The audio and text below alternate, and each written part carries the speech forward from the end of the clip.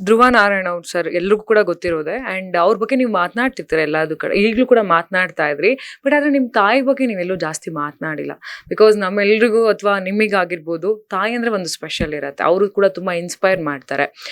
So ನಿಮಗೆ ಎಷ್ಟು inspire ಮಾಡ್ತಾ ಇದ್ರು ನಿಮ್ಮ ತಾಯಿ? ನಿಮ್ಮ ತಾಯಿ ಬಗ್ಗೆ ಒಂದೆರಡು ಮಾತು ಹೇಳ್ಬೇಕಂತ ಹೇಳಿದ್ರೆ, ಅಥವಾ ರಾಜಕೀಯಕ್ಕೆ ಅವ್ರು ಹೇಗೆ ಇನ್ಫ್ಲುಯೆನ್ಸ್ ಮಾಡಿದ್ರು ನಿಮಗೆ? ಇಲ್ಲ, ರಾಜಕೀಯಕ್ಕೆ ಆಗಲಿ ಜನಸೇವೆಕಾಗಲಿ ಇವತ್ತು ನಂಗೆ ಇನ್ಫ್ಲುಯೆನ್ಸ್ ಅವ್ರು ಮಾಡಿಲ್ಲ.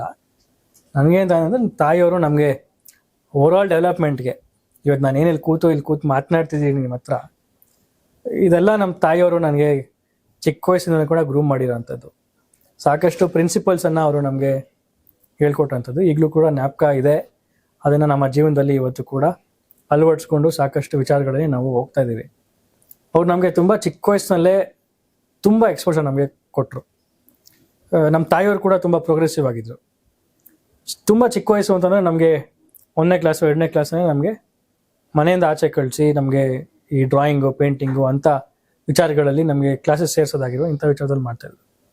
ಸ್ಟೆಪ್ ಬೈ ಸ್ಟೆಪ್ ಅದಾದ ಬಳಿಕ ನಮಗೆ ಮತ್ತೊಂದು ಏನಾದ್ರು ಆ್ಯಕ್ಟಿವಿಟಿ ಮಾಡಬೇಕು ಅಂತ ಕ್ಲಾಸಿಕಲ್ ಸಿಂಗಿಂಗ್, ಸಂಗೀತ ಇದೆಲ್ಲ ಸೇರಿಸಿದ್ರು.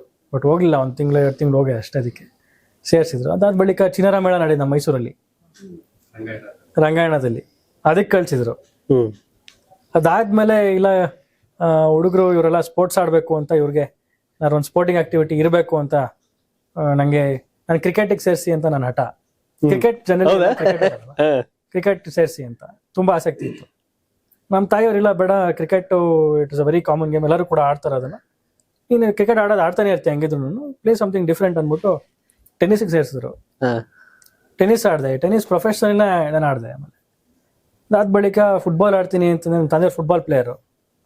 ಸ್ಕೂಲಿಗೆ ಹೈಸ್ಕೂಲಿಗೆ ಬಂದಾಗ ಫುಟ್ಬಾಲ್ ಆಡ್ತೀನಿ, ಫುಟ್ಬಾಲ್ ಆಯಿತು ಫುಟ್ಬಾಲ್ ಆಡು ಅಂದ್ಬಿಟ್ಟು ನಮ್ಮ ತಂದೆಯವರು ಕರ್ಕೊಂಡು ಹೋಗಿ ನನಗೆ ಸ್ಟಡ್ಸ್ ಕೊಡಿಸಿ, ಸ್ಟಡ್ಸ್ಗೆ ಕವರ್ ಕೊಡಿಸಿ, ಅವ್ರು ಫುಟ್ಬಾಲ್ ಪ್ಲೇಯರ್ ಅಲ್ಲ, ಅವ್ರಿಗೆ ಇಂಟ್ರೆಸ್ಟು ಕೊಡಿಸಿ ಅವರು.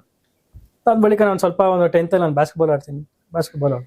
ಸೊ ಈ ರೀತಿ ಎಲ್ಲ ಹಂತದಲ್ಲೂ ನನಗೆ ಎಕ್ಸ್ಪೋಜರನ್ನು ಕೊಟ್ಕೊಂಡೇ ಬಂದರು. ಸಮ್ಮರ್ ಹಾಲಿಡೇಸ್ನಲ್ಲಿ ಒಂದಿನೂ ನನಗೆ ಸುಮ್ಮನೆ ಕೂರಕ್ಕೆ ಬಿಡಲಿಲ್ಲ. ತುಂಬ ಚಿಕ್ಕ ವಯಸ್ಸಲ್ಲಿ ನಮಗೆ ಹಳ್ಳಿಗೆ ನಮ್ಮ ಊರು ಕರ್ಕೊಂಡೋಗಿ ತೋಟದಲ್ಲಿ ಬಿಟ್ಬಿಡೋರು. ಬೆಳಿಗ್ಗೆ ಬಿಟ್ಟರೆ ಮಧ್ಯಾಹ್ನ ವಾಪಸ್ ಮನೆಗೆ ಊಟ ಮಾಡೋದು, ಮತ್ತೆ ಜಮೀನಲ್ಲಿ ಆಟಾಡ್ಕೊಂಡು ಬರೋದು.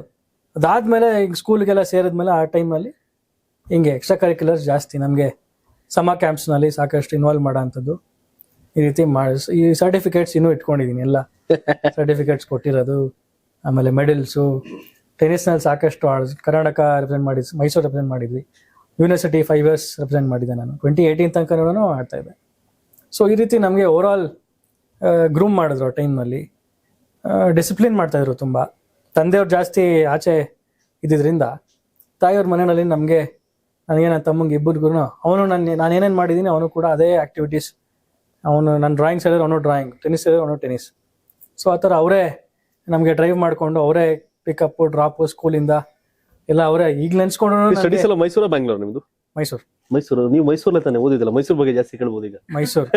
ಸೊ ಅದರಿಂದ ಚಿಕ್ಕ ವಯಸ್ಸಿನ ತಾಯಿ ಜೊತೆನೇ ಜಾಸ್ತಿ ಅಲ್ಲ, ತಂದೆಯವ್ರು ಜಾಸ್ತಿ ರಾಜಕೀಯದಲ್ಲಿ ಇರೋರು. ಅದರಿಂದ ಅವ್ರು ನಮ್ಗೆ ಈಗಲೂ ನೆನ್ಸ್ಕೊಂಡ್ರೆ ನಮಗೆ ಒಬ್ಬರೇ ಎಷ್ಟು ಆ ರೀತಿ ಹೆಂಗ್ ಕೆಲಸ ಮಾಡ್ತಿದ್ರು. ಯಾಕಂತಂದ್ರೆ ನಮ್ಗೆ ದಿನ ಬೆಳಿಗ್ಗೆ ಎದ್ದು ಅಂತಂದ್ರೆ ಸ್ಕೂಲಿಗೆ ರೆಡಿ ಮಾಡಿಸ್ಬೇಕು, ಲಂಚ್ ಪ್ಯಾಕ್ ಮಾಡ್ಬೇಕು, ಬ್ರೇಕ್ಫಾಸ್ಟ್ ಮಾಡ್ಬೇಕು. ಬೆಳಿಗ್ಗೆ ಬ್ರೇಕ್ಫಾಸ್ಟ್ ಬೇರೆ, ಲಂಚ್ ಬೇರೆ, ಎರಡನ್ನೂ ಮಾಡ್ಬೇಕು. ಅದಾದ ಬಳಿಕ ಮತ್ತೆ ಸ್ಕೂಲಿಗೆ ಅವರೇ ಡ್ರಾಪ್ ಮಾಡ್ತಿದ್ರು, ನನ್ನ ತಮ್ಮನ್ನ ಡ್ರಾಪ್ ಮಾಡೋರು. ಮತ್ತೆ ಸಂಜೆ ಪಿಕಪ್ ಮಾಡಿ ಇಬ್ಬರು ಮನೆ ಕರ್ಕೊಂಡ್ಬಂದು ರೆಡಿ ಮಾಡಿ ಮತ್ತೆ ಟೆನ್ನಿಸ್ಗೆ ಡ್ರಾಪ್ ಮಾಡಿ ಮತ್ತೆ ಪಿಕಪ್ ಮಾಡ್ಕೊಂಡ್ಬಂದು ಡಿನ್ನರ್ ಮಾಡಬೇಕು. So all this is challenge as a home maker. It is a challenge. ನಮ್ಗೆ ಈಗ ಎಲ್ಲ ಅರ್ಥ ಆಗ್ತದೆ ಯಾವ ಥರದಂತಹ ಒಂದು ವಾತಾವರಣ, ಎಷ್ಟು ಕಷ್ಟ ಇರ್ತದೆ ಅನ್ನೋದು ಈಗ ಅರ್ಥ ಆಗ್ತದೆ. ಅವರು she sacrifice hour entire life for our development. ನನ್ನ ತಮ್ಮ ಮತ್ತು ನಮ್ಮ ತಂದೆ, she sacrifice hour whole life. But ultimately ನಮಗೆ 10th ಬಳಿಕ ನಾನು 9th ಬಂದಾಗ ಅವ್ರಿಗೆ ಟ್ಯೂಮರ್ ಇದೆ ಅಂತ ಗೊತ್ತಾಯಿತು. She got operated. ಆವಾಗಿಂದ ಸ್ವಲ್ಪ ಅವರು ಅಷ್ಟು she could not be that active. ಅದಾದ್ಮೇಲಿಂದ ಸ್ವಲ್ಪ ನಮಗೂ ಆ ವಿಚಾರದಲ್ಲಿ ಸಾಕಷ್ಟು ನೋವಾಗಿ ಅಲ್ಟಿಮೇಟ್ಲಿ ಈಗಾಗಲೇ ಹೇಳ್ದಂಗೆ it is a personal suffering. ನಾವು ಎಷ್ಟು ಹೇಳ್ಕೊಂಡ್ರು ಅದು ನಿಮ್ಗಾಗಲಿ ಬೇರೆಯವ್ರಿಗಾಗಲಿ ಅದು ಕನ್ವಿನ್ಸಿಂಗ್ ಆಗೋದು, ನಮಗೂ ಕನ್ವಿನ್ಸಿಂಗ್ ಆಗೋದಿಲ್ಲ ಅದು ಖಂಡಿತ. ಸೊ ಅದು ನೋವು ಇದ್ದೇ ಇರ್ತದೆ. It is a vacuum. ಅದನ್ನ ಯಾರು ಕೂಡ ಫೀಲ್ ಮಾಡೋಕ್ಕಾಗೋದಿಲ್ಲ. ಅದನ್ನು ನಾವು ಸಫರ್ ಮಾಡಬೇಕು. ನಾವು ಇರೋ ತನಕ ಸಫರಿಂಗ್ ಅದು.